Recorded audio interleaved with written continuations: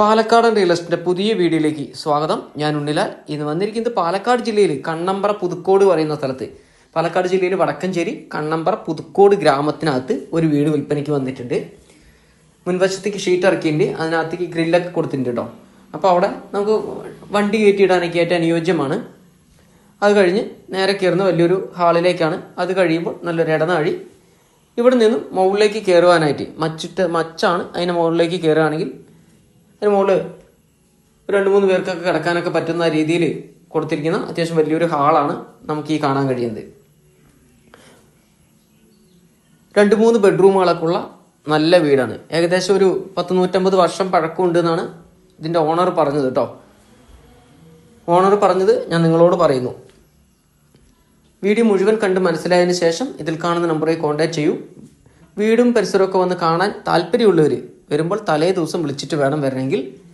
ഈ കാണുന്ന മൊത്തം മൺചുമരാണ്. ഈ മൺചുമര് പറയുമ്പോൾ 8 ഇഞ്ച് വണ്ണമുള്ള മൺചുമരാണ് വരുന്നത്. നമ്മളിനി അടുക്കളയാണ് കാണുന്നത് കേട്ടോ.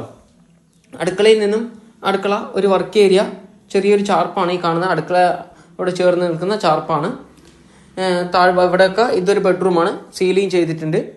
ഇനി അടുക്കളയിൽ നിന്ന് തന്നെ വെള്ളം കോരാൻ പറ്റുന്ന രീതിയിലാണ് ഇതിൻ്റെ കിണർ കൊടുത്തിരിക്കുന്നത്. ഇവിടെ ഒരു കോമൺ ആയിട്ട് ഒരു ബാത്റൂം നൽകിയിരിക്കുന്നു.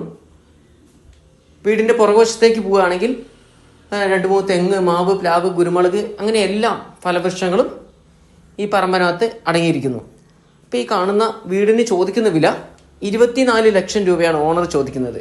6 സെൻറ്റ് സ്ഥലവും 2-3 ബെഡ്റൂമുകളുള്ള 150 വർഷത്തോളം പഴക്കമുള്ള ഈ കാണുന്ന വീടിന് 24 ലക്ഷം രൂപ ചോദിക്കുന്നുണ്ട്.